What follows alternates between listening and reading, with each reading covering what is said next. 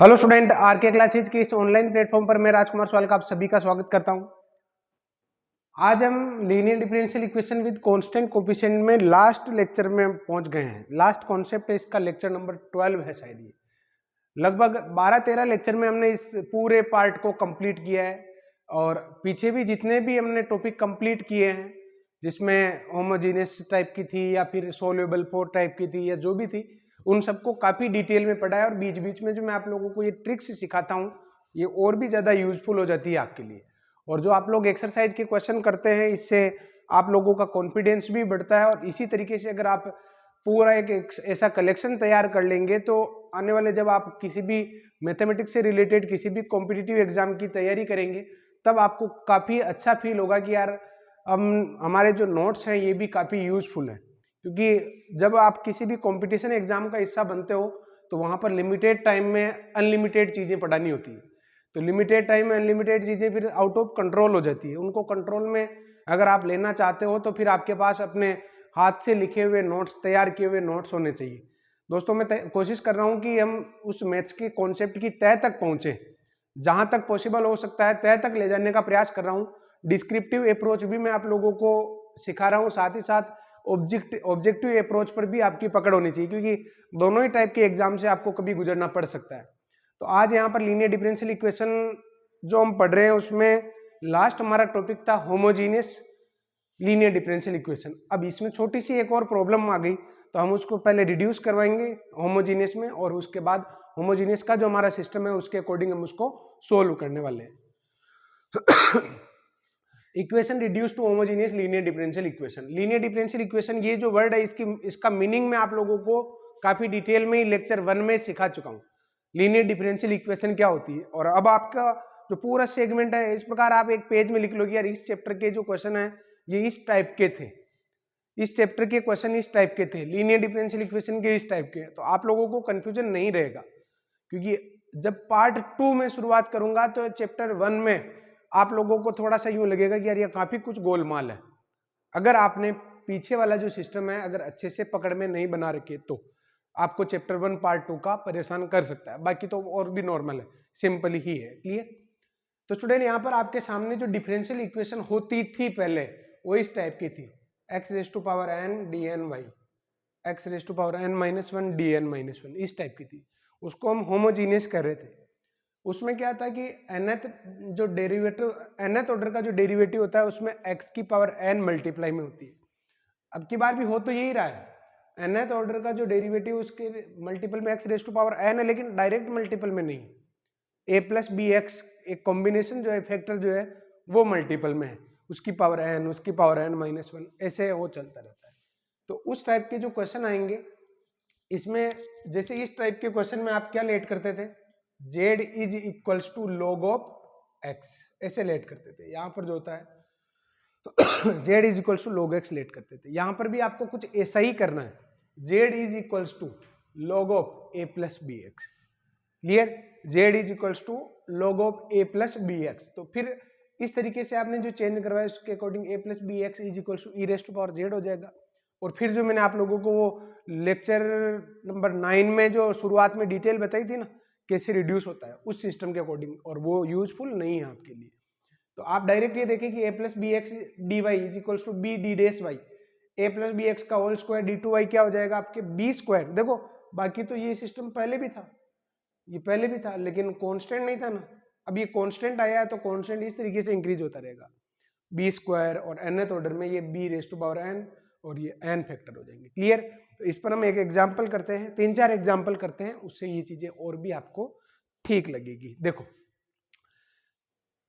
x plus A इसका whole square D two Y minus 4x plus A D Y plus 6y equal में दे रखा है x, इसको हमें सोल्व करना है। और कोई दूसरा तरीका भी अगर आपको लगता है कि यार हो सकता है क्या, तो देखो, दूसरा तरीका आपके दिमाग में तभी होगा जब आपके पास एक पेज ऐसा होगा जिसमें आप सब कुछ सिस्टम लिख कर रखते हो कि यार इस चैप्टर के जो क्वेश्चन इस टाइप के थे, अगर ये उस टाइप से क्वेश्चन मैच हो रहा है तो क्यों ना इसको उस तरीके से ट्राई करें।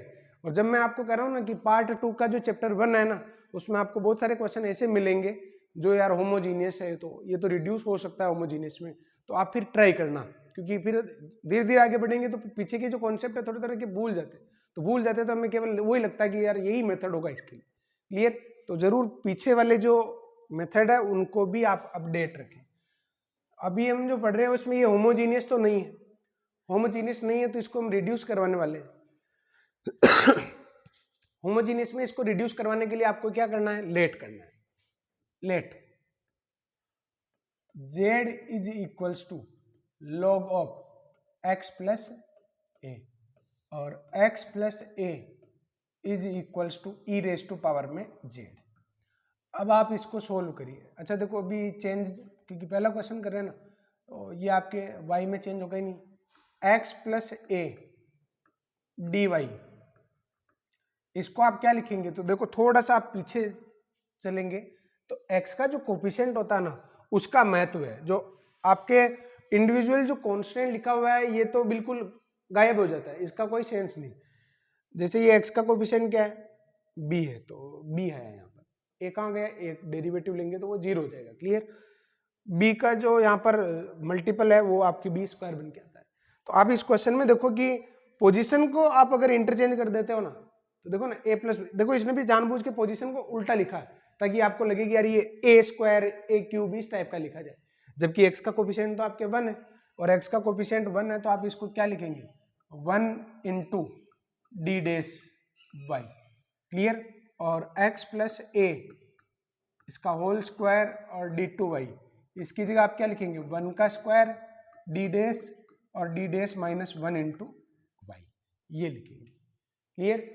और आप यहाँ पर मेंशन कर देना कि डी डेस, डी का मीन तो था डी बाई डी एक्स से, और अब जो हमने डी डेस नया कॉन्सेप्ट, नया जो नोटेशन यूज में लिया है उसका D by D Z. Clear? अब हम इसको सोल्व कर लेते हैं। देखो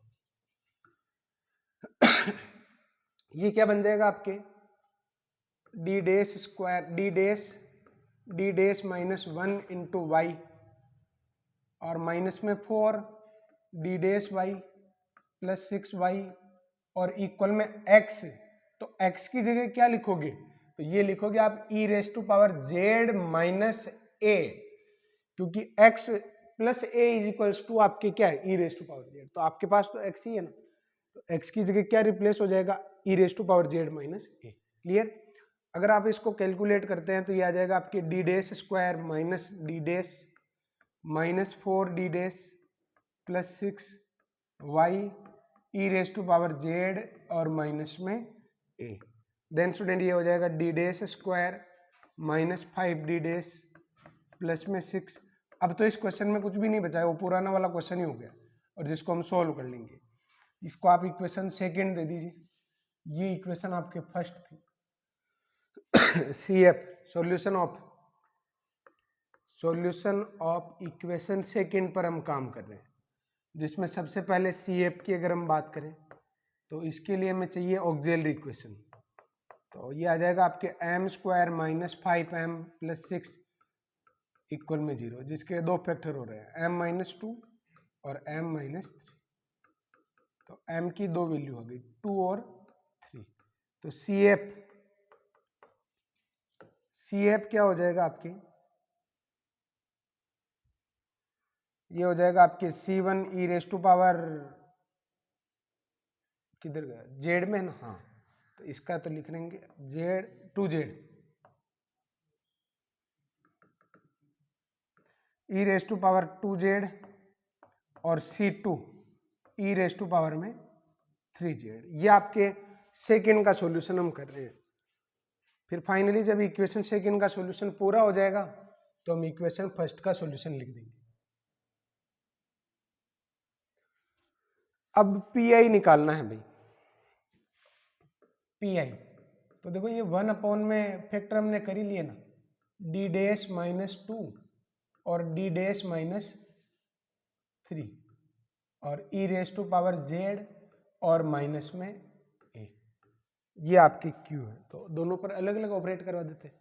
ये आएगा आपके 1 अपॉन में D dash minus 2 D dash minus 3 E raise to power में जेड और माइनस में ये आ जाएगा आपके D dash minus 2 D dash minus 3 और ए है। अच्छा, ए का कांस्टेंट को कैसे हैंडल करते हैं? एक्सपोनेंशियल में लिख दो ना आप इसको, x raise to power e raise to power 0z। Clear? E raise to power 0z लिख दिए क्योंकि एक्सपोनेंशियल में सबसे आसान रहता है। अच्छा देखो, कोई दिक्कत ही नहीं है, यहाँ पर जेड का कोफिशिएंट जो 1 है वो पुट कर दो, 1 - 2 1 - 3 e raise to power z minus में ए e raise to power 0z और ये आ जाएगा आपके 0 - जेड नहीं 0 - 2 0 - 3। तो फाइनली ये आपके जो पी आई है ना वो आ गए।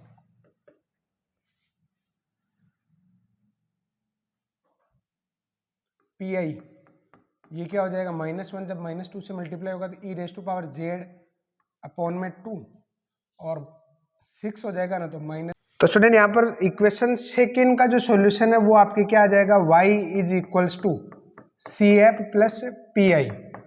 तो y is equals to C F तो हो जाएगा C1 e raise to power 2z और C2 E raise to power 3z और प्लस में e raise to power z upon में 2 और माइनस a/6। ये तो सॉल्यूशन ऑफ इक्वेशन सेकेंड है, हमें फर्स्ट का चाहिए।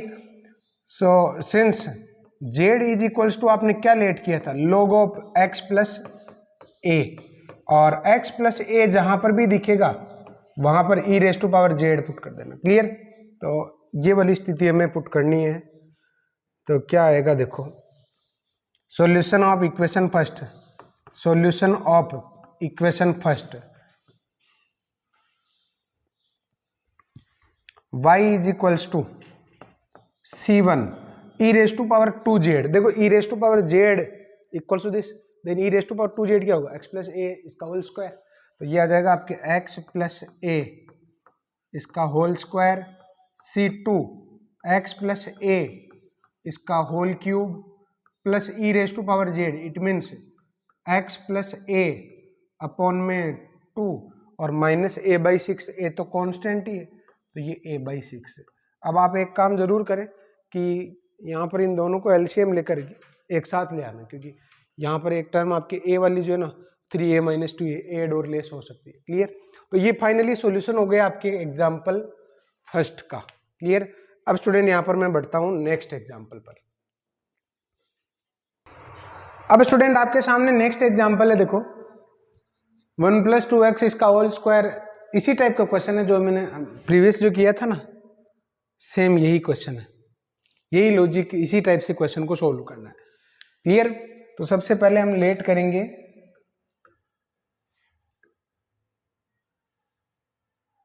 Late 1 + 2x z is equals to log of 1 + 2x। Clear? Then 1 + 2x is equals to क्या हो जाएगा, ये हो जाएगा आपके ई रेज टू पावर में z। अब ये जो इक्वेशन फर्स्ट हमें गिवन है इसमें ये सारी चीजें हमें पुट करनी है। तो देखो क्या आ जाएगा, इस तरीके से जो हम चेंज करवाएंगे उसके अकॉर्डिंग आपके ये जो 1 + 2x dy ये क्या हो जाएगा आपके d डैश y हो जाएगा, और 1 + 2x इसका होल स्क्वायर d2y ये आपके क्या हो जाएगा d डैश -1 × y। क्लियर? तो ये रिजल्ट क्या आ जाएगा, देखो ऊपर तो आ जाएगा आपके d डैश। अच्छा एक गलती कर रहा हूं मैं, और वो गलती ये है कि कांस्टेंट के x का कोफिशिएंट क्या 2 है ना, तो यहाँ पर 2 आएगा और यहाँ पर क्या आएगा आपके 2 का स्क्वायर आएगा। क्लियर? तो ये आ जाएगा 2 का स्क्वायर d डैश -1 × y, क्योंकि x का जो कोफिशिएंट होता है ना वो यहाँ पर इस तरीके से पावर में लिखा जाएगा, और माइनस में 6 × 2d डैश y और प्लस 16y इक्वल में 8 और 1 + 2x इसकी जगह आ जाएगा आपके ई रेज टू पावर में 2z। क्लियर? तो ये 4d डैश स्क्वायर, 4 कॉमन आ रहा कंप्लीटली, 4 तो हमने कॉमन ले लिया, और अब आपके क्या रहेगा देखो d dash square minus d dash minus, क्योंकि 4 कॉमन लिया ना तो 3d डैश और प्लस में 4 × y इक्वल में आ जाएगा 8 ई रेज टू पावर में 2z। क्लियर? तो अगर इसको कैंसिल करते हैं तो ये आ जाएगा D dash square minus 4d dash plus में 4 इंटू वाई और इधर आ जाएगा 2e रेज टू पावर में 2z। क्लियर। अब स्टूडेंट यहाँ पर ये जो इक्वेशन सेकंड है इसको हम सोल्व करते हैं। Solution of equation second, solution of equation second, और जिसके लिए सबसे पहले CF फाइंड कर रहे हैं। CF के लिए ऑक्सिलरी इक्वेशन अगर आप बनाते हैं तो ये आ जाएगा आपके m-2 इसका होल स्क्वायर, तो m की वैल्यू आ जाएगी आपकी 2 and 2। क्लियर।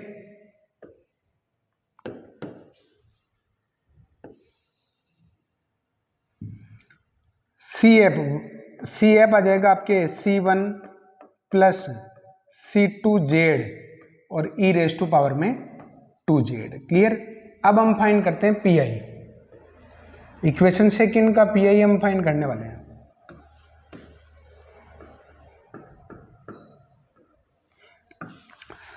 कंप्लीट जब इक्वेशन सेकंड का आपके सॉल्यूशन आ जाएगा तो वापस हम वो जो रिलेशन हम लेट करते हैं उसके हेल्प से इक्वेशन फर्स्ट के सॉल्यूशन पर पहुंच जाएंगे। तो देखो PI जो हम फाइंड करने वाले हैं ये आ जाएगा आपके 1/d-2 d डैश -2 इसका होल स्क्वायर और 2e रेज टू पावर में 2z। क्योंकि यहाँ पर z का कोफिशिएंट पुट करने पर 0 हो रहा है तो आपका जो स्पेशल फॉर्मूला है उसके हेल्प से 2 ये हो जाएगा z स्क्वायर अपॉन में फैक्टोरियल 2 और e रेज टू पावर में आ जाएगा आपके 2z। सो फाइनली आपने जो PI फाइंड किया है वो आपके सामने इस प्रकार है। देखो PI इज इक्वल्स टू ये आ जाएगा आपके z स्क्वायर और e रेज टू पावर में 2z। Then solution of equation second, then solution of equation second y is equals to CF plus PI।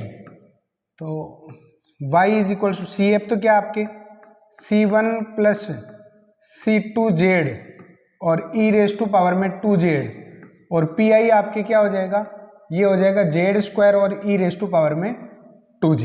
Clear. अब स्टूडेंट यहाँ पर ये तो सेकंड का सॉल्यूशन है, अब हमें इक्वेशन फर्स्ट का सॉल्यूशन चाहिए। फॉर सॉल्यूशन इक्वेशन फर्स्ट आप रिलेशन पुट करेंगे, put 1 + 2x is equals to e raise to power में z, ये हम पुट करने वाले हैं। क्लियर। तो स्टूडेंट यहाँ पर जहां पर भी z होगा वहां पर तो आप log 1 + 2x रख देंगे, ये आ जाएगा आपके सॉल्यूशन जो हम लेने वाले हैं finally. y is equals to C1 plus C2z, C2 और z की जगह आ जाएगा log 1 + 2x। क्लियर। और e raise to power 2z यानी 1 + 2x इसका होल स्क्वायर और z स्क्वायर ये आ जाएगा आपके z स्क्वायर का मतलब हो जाएगा log 1 + 2x इस पूरे का होल स्क्वायर और e raise to power 2z है ना, तो ये आ जाएगा आपके 1 + 2x इसका होल स्क्वायर। ये पावर आपके आगे नहीं आ सकती log की, क्योंकि log m की पावर n टाइप का नहीं है, log पूरे की पावर है। क्लियर। तो ये इसी तरीके से रहेगी। ये फाइनली सॉल्यूशन आपकी किसका आ गया, फर्स्ट का आ गया। क्लियर। तो स्टूडेंट इसी तरीके से जगह अगर आपने लास्ट होमोजीनियस वाला क्वेश्चन देखा होगा ना तब तो आपको कोई प्रॉब्लम आएगी नहीं। अगर आपने लास्ट होमोजीनियस वाले क्वेश्चन को नहीं सोल्व किया है तब आपको थोड़ा सा और विशेष फोकस करने की आवश्यकता है। क्लियर। अब स्टूडेंट यहाँ पर देखो ये 4 पावर की है, थोड़ी सी बड़ी इक्वेशन है लेकिन हमें इसको सोल्व करना पड़ेगा। छोड़ दूंगे आप लोगों के लिए, ये क्वेश्चन आप लोगों को सोल्व करना है। इसमें 4 पावर की ना तो 4 टाइम इसको सोल्व करेंगे, कैलकुलेशन है उसके अलावा और कुछ भी नहीं। क्लियर। राइट साइड क्या बनेगी ये जरूर मैं आपको बता देता हूँ। x अगर आप z is equals to log of x + 1 let करेंगे तो आपके x + 1 इज इक्वल्स टू आ जाएगा e raise to power z, तो x की वैल्यू आ जाएगी e raise to power z -1। तो जब x स्क्वायर लिखेंगे तो e raise to power z -1 का होल स्क्वायर और +4 × e raise to power z -1 और प्लस में 3। क्लियर। तो कोई बहुत मुश्किल नहीं आएगा, हो जाएगा क्वेश्चन। क्लियर। तो स्टूडेंट ये वाला जो कैलकुलेटिव क्वेश्चन है ये आप लोगों को सोल्व करना है। एक लास्ट जो क्वेश्चन बचा है ये वाला, ये मैं आप लोगों को सोल्व करवा देता हूँ। क्लियर। तो देखिए यहाँ पर सेम उसी टाइप का क्वेश्चन है, बस यहाँ पर डी लिखा हुआ है तो यहाँ पर आप लेट करेंगे, let 2 + 3x z is equals to 2 + 3x log of 2 + 3x या 3x + 2 एक ही बात है।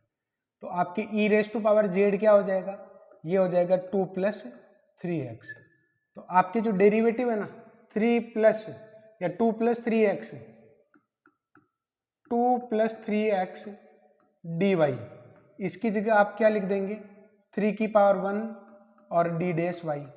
ऐसे ही 2 + 3x इसका whole square d dash y d2y, इसकी जगह आप क्या पुट कर देंगे 3 का स्क्वायर और d dash -1 into y। Clear. तो स्टूडेंट यहाँ पर इसमें अगर आप पुट करेंगे तो क्या आ जाएगा, देखो 9 d डैश -1 प्लस में 3 इंटू 3 + 2x इंटू ये वाला रिजल्ट, तो यहाँ पर आ जाएगा 3 इंटू d डैश और माइनस में 36y। अब यहाँ पर 3x² + 4x + 1 है ना, तो इसमें आप वैल्यू पुट करेंगे यहाँ से। तो देखो हमने जो रिजल्ट निकाल रखा ना, इसकी हेल्प से हम काम करेंगे। तो यहाँ से x की वैल्यू आपको निकालनी पड़ेगी। x की वैल्यू यहाँ पर आपकी आ जाएगी x is equals to e⁻z minus में 2 और अपॉन में 3। तो ये हम राइट साइड में पुट करने वाले हैं। 3 e⁻z -2 अपॉन में 3 इसका होल स्क्वायर हो जाएगा और प्लस में 4x, तो 4 इंटू e⁻z -2 अपॉन में 3 और प्लस में 1। क्लियर। तो यहाँ पर इसका जो सॉल्यूशन है, देखो यहाँ से 9 कॉमन आ रहा, पूरे में से आपके 9 कॉमन भी आ रहा है। तो 9 हमने कॉमन लिया, ये हो जाएगा d dash square minus d dash plus d dash minus में 4 इंटू y। और यहाँ पर आपके कुछ कैंसिल हो रहा है क्या, नहीं हो रहा है, अपॉन में 3 बच जाएगा केवल। तो e⁻2z -4 e⁻z और माइनस प्लस में 4 अपॉन में आ जाएगा आपके 3, क्योंकि 9 और 3 कैंसिल हो जाएंगे। इधर आ जाएगा आपके 4 e⁻z -8 और अपॉन में आ जाएगा आपके 3 और प्लस में आ जाएगा आपके 1। क्लियर। तो स्टूडेंट फाइनली ये देखो ये कैंसिल हो जाएगा और यहाँ आ जाएगा आपके 9 d dash square -4 into y, और इधर आपके अगर 3 एलसीएम लेते हो तो e⁻2z -4 e⁻z प्लस में 4 e⁻z माइनस में 8 और प्लस में 3। क्लियर। तो ये इसको काट देगा और जो रिमेनिंग टर्म है उसको हम लिख देते हैं। तो यहाँ पर आ जाएगा आपके e⁻2z और -1 और अपॉन में आ जाएगा आपके 3। क्लियर। अपॉन में क्या रिजल्ट आ जाएगा, आपके 3 आ जाएगा। इधर आपके क्या आ गया 9 d डैश स्क्वायर माइनस में 4। क्लियर। तो स्टूडेंट CF और PI हमें निकालना है। इधर आप इसको फ्री कर दीजिए, माइनस में 4, इधर आ जाएगा आपके 1 अपॉन में 36 की 27 और e⁻2z, सॉरी क्या हो रहा है, e⁻2z और माइनस में 1। क्लियर। तो फाइनली अब इस इक्वेशन को हम सोल्व करने वाले हैं, इक्वेशन सेकंड को। क्लियर। और इसको सोल्व करना हमारे लिए कोई बहुत बड़ी प्रॉब्लम तो नहीं रहने वाली।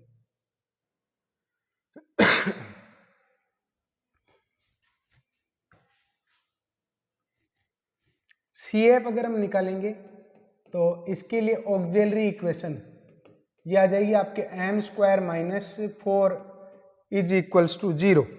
तो m की दो वैल्यू आ जाएगी +-2। तो CF क्या आ जाएगा, देखो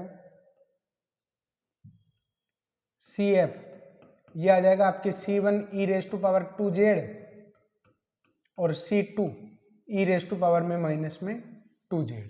क्लियर। अब हम ले लेते हैं PI। इसमें आ जाएगा 1 अपॉन में d डैश स्क्वायर -4 और इधर आ जाएगा 1 अपॉन में 27 e⁻2z और माइनस में 1। क्लियर। 1/27 को तो मैं अलग कर रहा हूं इधर, और ये आपके d माइनस टू और d प्लस टू इसके फैक्टर हो रहे हैं, d डैश माइनस टू और d dash plus two, d dash plus two, जिस पर अप्लाई कर रहे हैं हम e raise to power 2z को, और माइनस में 1 अपॉन में ये आ रहा है आपके d डैश स्क्वायर माइनस 4 और 1 को मैं लिख रहा हूँ e रेस टू पावर में 0z। क्लियर? तो स्टूडेंट 1/27 टू, देखो इसमें अगर रखते हैं तो नॉन जीरो, तो नॉन जीरो वाले में तो हम रख देंगे, तो इधर आ जाएगा आपके 2 + 2 और रिमेनिंग रहेगा 1 अपॉन में d dash minus 2 e raise to power 2z और यहाँ पर 0 पुट करेंगे तो 0 - 4, ये रिजल्ट आ जाएगा। क्लियर?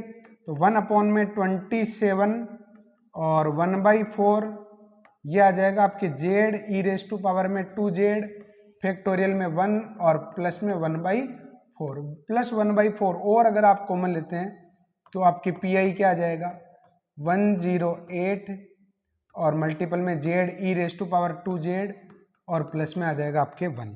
क्लियर? तो ये क्या आ गया आपके फाइनली पी आ गया। अब सी एफ और पी दोनों को आप कंबाइन करेंगे तो वो इक्वेशन फर्स्ट का सॉल्यूशन आ जाएगा, सेकंड का solution of equation second y is equals to C F plus P I. अब इसमें वापस z को ये रिप्लेस करवाना है, तो सॉल्यूशन ऑफ इक्वेशन फर्स्ट क्या आ जाएगा, देखो solution of equation first y is equals to C F, ये रहा c1 e raise to power 2z, तो e raise to power z की जगह ये है तो e raise to power 2z इसका होल स्क्वायर हो जाएगा, तो ये आएगा आपके c1 में 2 + 3x इसका होल स्क्वायर और c2 2 + 3x इसकी पावर में -2, ये सी एफ हो गया। पी आई में 108 और मल्टीप्लाई बाई जेड, तो जेड की जगह आप पुट कर दो log 2 + 3x, 2 + 3x और e raise to power 2z की जगह क्या आ जाएगा 2 + 3x इसका होल स्क्वायर और प्लस में 1 आ जाएगा। थोड़ी सी जगह कम है लेकिन ये फाइनली इसका कंप्लीट सॉल्यूशन हमने निकाल लिया। क्लियर? तो स्टूडेंट ये linear differential equation with constant coefficient का कॉन्सेप्ट मेरी तरफ से पूरा हुआ। अब नेक्स्ट लेक्चर में हम और भी ज़्यादा इंपॉर्टेंट और भी ज़्यादा खतरनाक पार्ट हम पढ़ने वाले हैं, डिफरेंशियल इक्वेशन का पार्ट 2, जिसमें higher order and higher degree के डिफरेंशियल इक्वेशन को सोल्व करना हम सीखेंगे। अब तक हमने जो पढ़ा है उसमें फर्स्ट ऑर्डर फर्स्ट डिग्री था, फिर फर्स्ट ऑर्डर हायर डिग्री, फिर अभी हमने हायर ऑर्डर और फर्स्ट डिग्री का सोल्व करना सीखा। अब नेक्स्ट जो हम पढ़ने वाले हैं उसमें हायर ऑर्डर और हायर डिग्री के डिफरेंशियल इक्वेशन को कैसे सोल्व किया जाता है इस पर हमारी चर्चा होगी। क्लियर? तो बने रहिए हमारे साथ, इसी प्रकार से हम डिफरेंशियल इक्वेशन को 1 बाय 1 लगभग 70 लेक्चर होंगे इसमें टोटल।